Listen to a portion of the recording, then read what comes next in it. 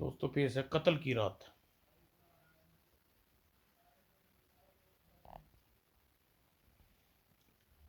ये कवर चित्र है दोस्तों।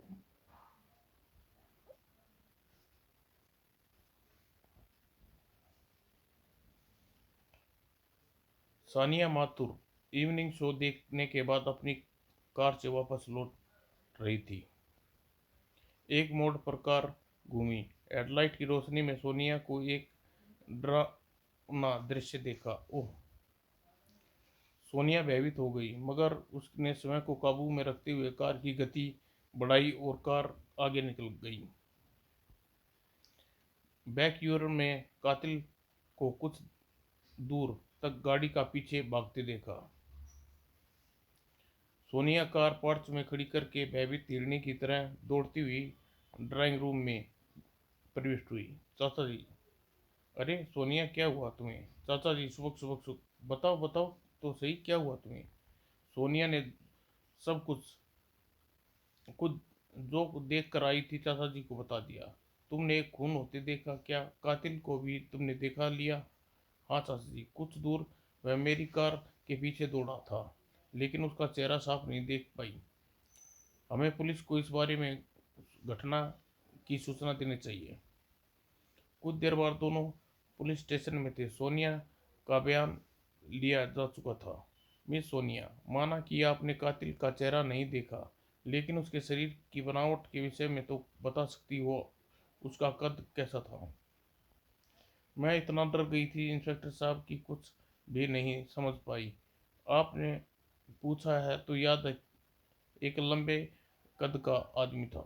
लंबे कद का सैकड़ों लोग होते हैं, और याद करके बताओ। मुझे और कुछ याद नहीं। ओके, अपने जो जानकारी दी उससे धन्यवाद। अब आप जा सकती हैं। लेकिन इंस्पेक्टर साहब, मुझे एक बात का डर है। शायद कातिल ने सोनिया को देख लिया। अतः कातिल को डर होगा कि सोनिया उसे पहचान सकती है, इसलिए वह इसे नुकसान पहुंचाने की कोशिश कर सकता है। मिस सोनिया का बयान है कि वहां सड़क पर अंधेरा था और यह कि कार के अंदर थी। भला कातिल इन्हें कैसे देखता है? उसने सोनिया की कार तो देखी होगी। आप बेकार में डर रहे हैं मिस्टर माथुर। सिर्फ कार देखकर ही कातिल मिस सोनिया की तलाश नहीं कर सकता। आप लोग निश्चिंत होकर अपने घर जाइए। ओके इंस्पेक्टर साहब। इस घटना के 3 दिन बाद सोनिया अपने मित्रों के साथ पहाड़ी हिल पर पिकनिक मनाने गई थी। सोनिया, चलो झील में बोटिंग करेंगे। तुम लोग जाओ, मुझे बोटिंग में चक्कर आती हैं।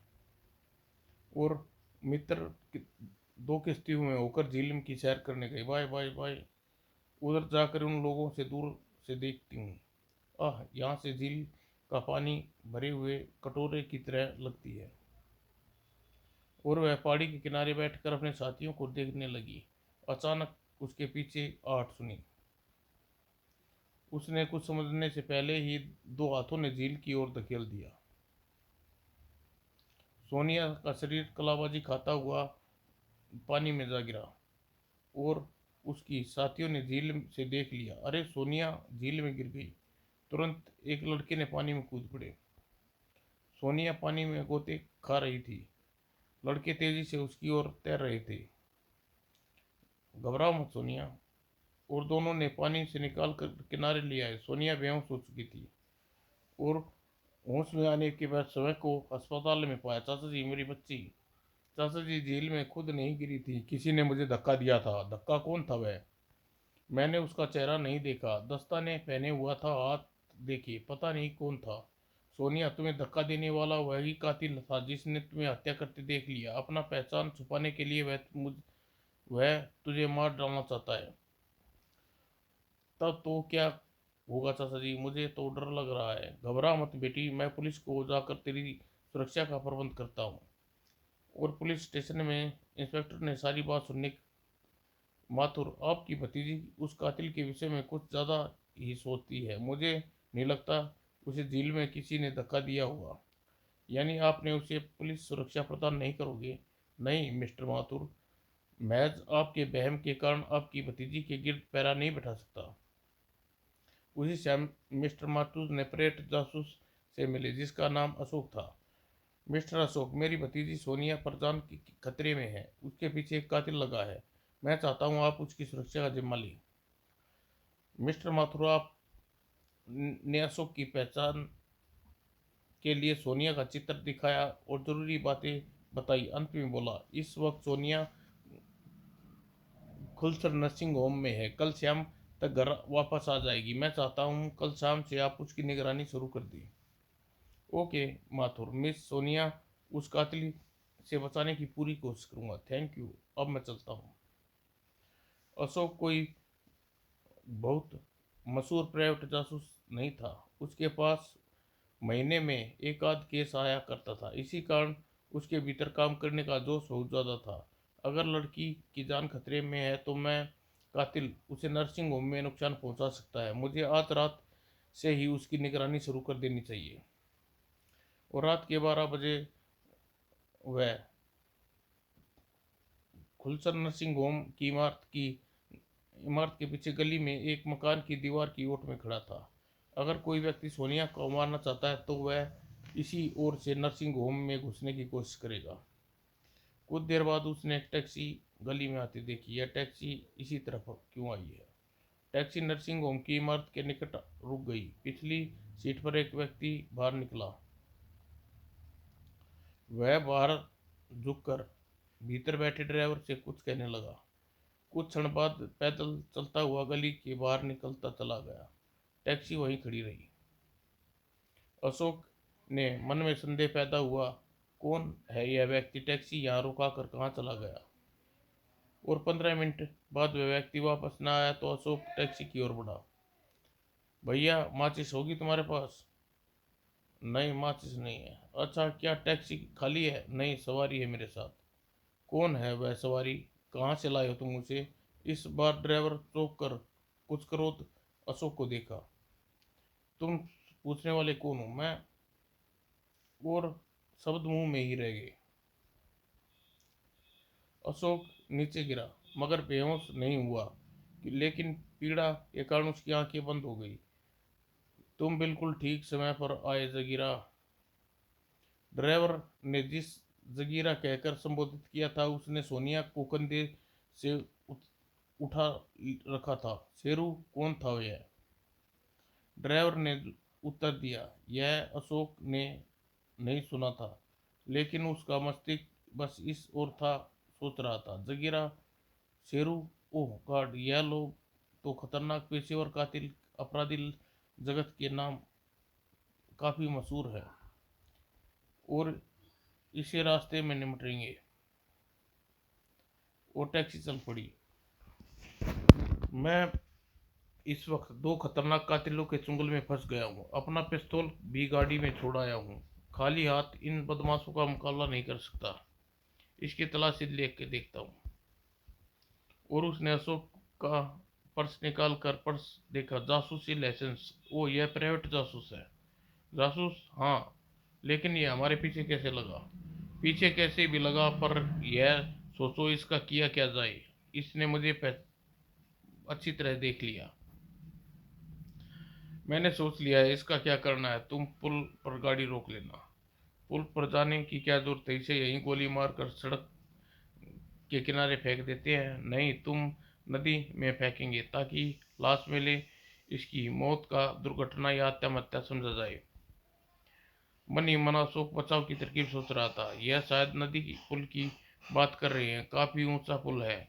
नीचे पानी भी बहुत तेज बहता है। वहां गिरकर कोई बच नहीं सकता। अब क्या करूं? टैक्सी पुल के में दाखिल हुई तभी तेज बारिश शुरू हो गई। पुल के बीच शेरू टैक्सी से दोनों बाहर आए। बारिश काफी तेज है।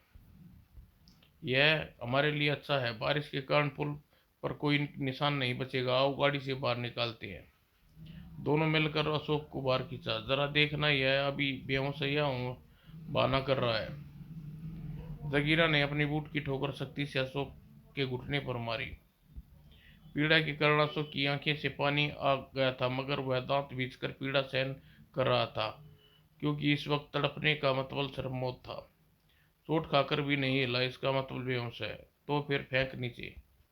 हाँ, इसके बचने का केवल एक ही चांस है। पुल की रेलिंग के ठीक नीचे लोहे का मोटा तार गुजरता है। वह मुझे नीचे नीचे फेंकेगा तो मैं उस तार को पकड़ने की कोशिश करूंगा। और शेरू ने उसकी टांग पकड़कर रेलिंग पर घसीटता शुरू किया और रेलिंग के निकट पहुंचकर अशोक को कॉलर पकड़कर उठाया और रेलिंग पर लटका दिया और फिर नीचे बैठकर पैर को ऊपर उठाने लगा। और अब उसके आंखें खोल ली और रेलिंग के नीचे गुजरते तार को देखने रहा था। और जैसे ही शेरू ने उसके शरीर को नीचे धकेला, उसने अपने दोनों हाथ फैलाए और भाग्य ने उसका साथ दिया और तार को पकड़ने में सफल रहा। शेरू जाकर देखने की जरूरत नहीं समझी अशोक का शरीर नदी में गिरा या नहीं। जगीरा पहले ही टैक्सी में बैठ चुका था। शेरू टैक्सी में सवार हुआ और पुन बाहर निकल गया। अशोक तार हथेली में गड़ रहा जा रहा था, पीड़ा सहन कर रहा था। जान बचाने के लिए वह इसी तरह लटका हुआ था। और वह टैक्सी गुजरी तो जाने की आवाज़ सुन उसने ऊपर आने का प्रयास किया और वह सर्कस के कलाकार की तरह टांगों के सारे जा लटकता हुआ पुल की रेलिंग का निचला भाग 1 फुट दूरी पर था। उसने शरीर धीरे धीरे नीचे झुकाना शुरू किया और आखिरकार उसके हाथों ने रेलिंग का निचला हिस्सा थाम लिया और पुल के ऊपर चढ़ना ज़्यादा मुश्किल नहीं था। कुछ क्षण बाद पुल की रेलिंग पर सारे लंबी लंबी सांसें ले रहा था। अब बारिश भी रुक चुकी थी। कुछ क्षण बाद पूरी तरह संभल गया। जगीरा और शेरू ने मुझे मारने के कोई कसर नहीं छोड़ी। मैं उन दोनों बदमाशों को हरगिज क्षमा नहीं करूंगा। वह लड़की को लेकर पुल की बाईं ओर गए हैं। वहाँ कोई आबादी नहीं है। कुछ दूर जाकर कब्रिस्तान है। कब्रिस्तान से कुछ पुराना वीरान एक पुराना मकान है और जाने इस ओर जाने का अर्थ है लड़की को लेकर मकान में गए हैं। मेरा फर्ज यह है कि मैं लड़की को उसके चुंगल से छुड़ाऊं, उसकी हत्या का प्रयास और अपनी हत्या के प्रयास का बदला लूं। उससे मुकाबला करने के लिए मुझे पिस्तौल की जरूरत है। पिस्तौल मेरी कार में है और खुलकर नर्सिंग होम के सामने खड़ी कार को लेने के लिए मुझे वापस जाना होगा। पुल पर आते जाते एक ट्रक ने उसे लिफ्ट मिल गई। कुछ दूर बाद अपनी कार के निकट पहुंचा। कुछ देर बाद अगर मैं इस मामले में पुलिस की मदद लूं तो कैसा रहेगा। स्वयं अपने शोर का उत्तर मिल गया। यह काम मुझे अकेले ही करना चाहिए। अगर जकीरा और शेरू जैसे बदमाशों को परास्त करने में सफल हो गया तो मेरा नाम मशहूर हो जाएगा और धंधा चल निकलेगा। और अपनी कार लेकर वापस पुल की ओर दौड़ पड़ा। पहला काम मिस सोनिया की जान बचाना है, क्योंकि उसे चाचा उसकी सुरक्षा के लिए फीस वसूल कर चुका हूँ। भगवान करे वह अभी जीवित हो। पुल पार करते ही अंधेरी की ओर सुनसान सड़क शुरू हो गई। कितना अंधेरा है यहाँ। कब्रिस्तान के निकट पहुंचकर गाड़ी रोककर नीचे उतर आया। अगर किसी जमाने में यहाँ कब्रिस्तान में मूर्ति के दफन किए जाते थे, यहाँ जंगल उग आया। गाड़ी के डैशबोर्ड पे पिस्तौल निकालकर अपनी जेब में रखा और पैदल ही आगे बढ़ता चला गया। वह मकान यहाँ से आधा मील दूर है। कार यहीं छोड़कर देनी उचित रहेगी। अंधेरे में डूबा हुआ पुराना मकान बड़ा ही रहस्यमय लग रहा था। मकान अभी दरवाजे खिड़कियां बंद थे। यहाँ तो बिल्कुल सन्नाटा है। कहीं मेरा अनुमान गलत तो नहीं, वह यहीं आए हैं तभी। वो यह कार के टायर्स और बिल्कुल ताजे चांद की निशान नजर आए। वह संदेह यकीन में बदल चुका था, इसलिए वह निचली मंजिल की एक खिड़की की ओर बढ़ा। खिड़की के तख्ते लगे थे और चाकू की मदद से उन्हें एक तख्ता उखाड़ डाला और भीतर डालकर चटकनी खोल दी। खिड़की ऊंची नहीं थी, शायद चौखट पकड़कर वह चढ़ा और भीतर कमरे में कूद गया। उसके बाद उसकी आंख अंधेरे में देखने लायक योग्य हुई। यहाँ में कबाड़ा भरा हुआ है और पंजों के बल चलते हुए कमरे के दरवाजे पहुंचा। शुक्र है बाहर से बंद नहीं। और एक लंबा कॉरिडोर था, कहीं कोई आवाज नहीं। वह लोग वापस तो नहीं चले गए। कॉरिडोर से एक तरफ कमरे बने हुए थे, सबके दरवाजे बंद थे। एक एक करके भीतर जाकर देखना होगा। एक दरवाजे के बाहर रोशनी जाकर इस कमरे में कोई है। और भीतर एक स्वर सुनाई दिया, ओए, आधी बोतल पी चुका है, नशे में बेहोश होने का इरादा है क्या? यह तो जगीरा की आवाज है। जगीरा और शेरू कमरे में मौजूद थे। शेरू 2 बोतल पीने के बाद भी बेहोश होता। तुझे अच्छी तरह जानते हो जगीरा? जानता हूँ, लेकिन बहुत काम है। वह वह आ जाए तो लड़की का भाग्य का फैसला हो। कौन आने वाला है, मुझे तो कुछ बताओ। जिसने लड़की को खत्म करने का काम सौंपा है, मैंने उसी को बुलाया है और माल वसूल करेंगे उससे। ओह, किसी ने इन दोनों को सोनिया की हत्या का काम पर लगाया है। तूने लड़की को ठीक बांध कर रखा न? हाँ, उसे होश आ गया था। मैंने उसके हाथ पांव बांध दिए, मुंह भी बंद कर दिया। गुड। यानी सोनिया इस कमरे में नहीं है, उसे इनके इन्होंने किसी और कमरे में बंद कर रखा है। पहले उसे तलाश किया जाए। और कॉरिडोर के अंत में कमरे के बाहर से बंद था। सोनिया कमरे में भीतर मौजूद थी। दरवाजा बंद करके सोनिया की ओर बढ़ा। घबराओ नहीं, तुम्हारी मदद के लिए आया हूँ। और मुंह खुलते ही सोनिया ने सवाल किया, कौन है आप? एक जासूस। आपके चाचा जी ने आपकी सुरक्षा का जिम्मा दिया है। अशोक ने उसके बंधन खोल डाले। कोई आवाज न निकालिए, इस मकान में 2 खतरनाक कातिल मौजूद हैं, वे बचकर निकलना है। तभी एक कार की रुकने की आवाज। शायद वह आ गया। कौन? वही जिसका कातिल इंतजार कर रहे हैं और जिसने तुम्हारी हत्या करने के लिए उन्हें पैसा दिया है। ओह, तब तो हम बाहर कैसे जाएंगे? यही तो मैं सोच रहा हूँ। इस कमरे में कोई खिड़की भी नहीं है। बाहर कॉरिडोर में किसी के कदमों की चाप सुनाई दे रही है, लेकिन आने वाला इस कमरे में नहीं आया। वह वह जो भी था जगीरा वाले कमरे में चला गया। तुम यहीं रुको, मैं जरा देख कर आता हूँ कि रास्ता साफ है या नहीं। सोनिया को कमरे में छोड़कर वह बाहर आया और एक बार फिर जगीरा वाले कमरे के सामने रुका। आ गए सेठ? हाँ, क्यों बुलाया मुझे? यह आवाज़ जानी पहचानी सी लग रही है। कौन है वह व्यक्ति? तभी जगीरा की आवाज़ सुनकर वह बुरी तरह चौंका। हम तुम्हारे सामने तुम्हारी भतीजी को ऊपर भेजना चाहते थे सेठ। जगीरा माथुर, जगदीश माथुर यानी सोनिया का अंकल। भीतर जगदीश माथुर का स्वर सुनाई दिया। यानी तुमने अभी तक उसे खत्म नहीं किया? नहीं, आपकी भतीजी को खत्म करने के बाद उसकी करोड़ों की जायदाद की मालिक बनने वाली हो सेठ, इसलिए मैंने सोचा तुम्हें थोड़ी रकम और वसूल ली जाए। यह बेईमानी है जगीरा, तुम्हारी फीस पहले ही दे चुका हूँ। अब यह फीस डबल हो गई है क्योंकि हमें एक और हत्या करनी पड़ी। किसकी हत्या? अशोक नाम के कोई प्राइवेट जासूस था, नर्सिंग होम के बाहर सोनिया की निगरानी कर रहा था। ओह, उसे मैंने सोनिया की निगरानी करने के लिए कहा था, इसलिए यह काम उसे कल शाम से शुरू करना था। पर आज नर्सिंग होम में कैसे आ गया?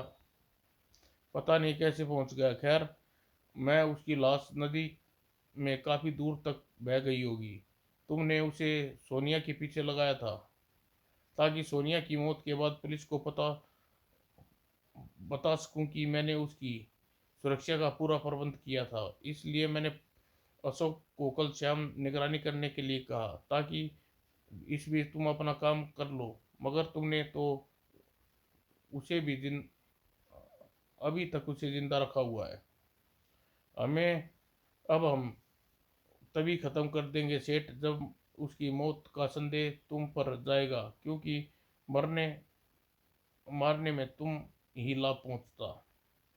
पुलिस मुझ पर संदेह नहीं करेगी। यह प्लानिंग मैंने उसी वक्त कर ली थी जब सोनिया आकर मुझे बताया कि उसने सड़क पर एक खून होते देखा है।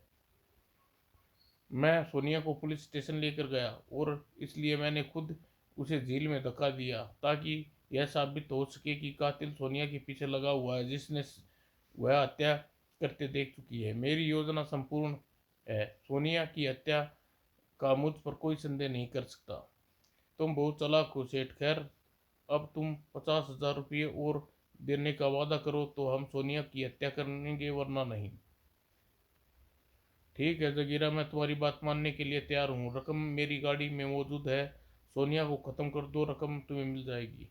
गुड। शेरू, जाकर लड़की को यहाँ ले आओ। इतना सुनते ही अशोक कदमों से वापस भागकर सोनिया के पास पहुंचा। मिस सोनिया, तुम्हारे लिए एक दुखद सूचना है। तुम्हारे चाचा जी तुम्हें मरवाना चाहते हैं। क्या? यह हैरत करने का समय नहीं। कातिल तुम्हें यहाँ लेने आ रहा है। उधर दरवाजे के निकट जाकर खड़ी हो जाओ। अशोक ने एक टूटी हुई कुर्सी उठा ली और उसके बाद बाहर से शेरू ने आवाज़ सुनाई दी। अरे, दरवाज़ा का कुंडा किसने खोल दिया? शायद मैं ही नशे में कुंडा लगाना भूल गया। और फिर जैसे ही दरवाज़ा खुला, नशे में झूमता हुआ भीतर तभी तड़ाक, और तुरंत ही दोनों ने मिलकर बेहोश शेरू के हाथ पांव बांध दिए। अब तुम्हें लेकर वहाँ नहीं पहुँचेगा तो कुछ देर में जगीरा और तुम्हारे चाचा जी उसे ढूंढते हुए यहाँ आएंगे। 2 मिनट बाद दरवाजे के बाहर जगीरा की आवाज़ सुनाई दी। अरे शेरू, कहाँ मर गए? और भीतर जवाब न मिलने पर जगीरा रिवॉल्वर निकाल कर हाथ में लिया। कुछ गड़बड़ लगती है, भीतर जाकर देखता हूँ। अशोक जानता था जगीरा जैसा खतरनाक फुर्तीले अपराधी कोई भी मौका देना खतरनाक होगा, इसलिए दरवाजे के सामने तैयार खड़ा था। और जैसे ही दरवाज़ा खुला, धाए जगीरा के पीछे सेठ जगदीश माथुर। अशोक तुम? हाँ, मैं जिंदा हूँ सेठ। अपनी भतीजी की हत्या करने के लिए तुम्हें अच्छा षड्यंत्र रचा। अब तुम खुद मरोगे। जगदीश माथुर नीचे पड़ी जगीरा की लाश को देखा और घबरा कर बोला, मुझे न मारना, मैंने कुछ नहीं किया। तुमने सोनिया को मारने के लिए इन कातिलों की सेवाएं ली या नहीं? हाँ, लेकिन लेकिन अब लेकिन वेकिन की जरूरत नहीं चाचा जी। दौलत के लिए आपने मेरी जान लेनी चाहिए। धिक्कार है आप पर सोनिया। और फिर अशोक जगदीश माथुर के हाथ पांव बांधे और तथा शेरू को उठाकर खड़ी कार में डाल दिया। अब तुम दोनों पुलिस स्टेशन एक ही एकमात्र स्थान है। अब कार शहर की ओर वापस जा रही थी। शेरू का बचाने चाचा जी मुजरिम साबित कर देगा। मत कहिए इसे मेरा चाचा। शुभ शुभ शुभ समाप्त।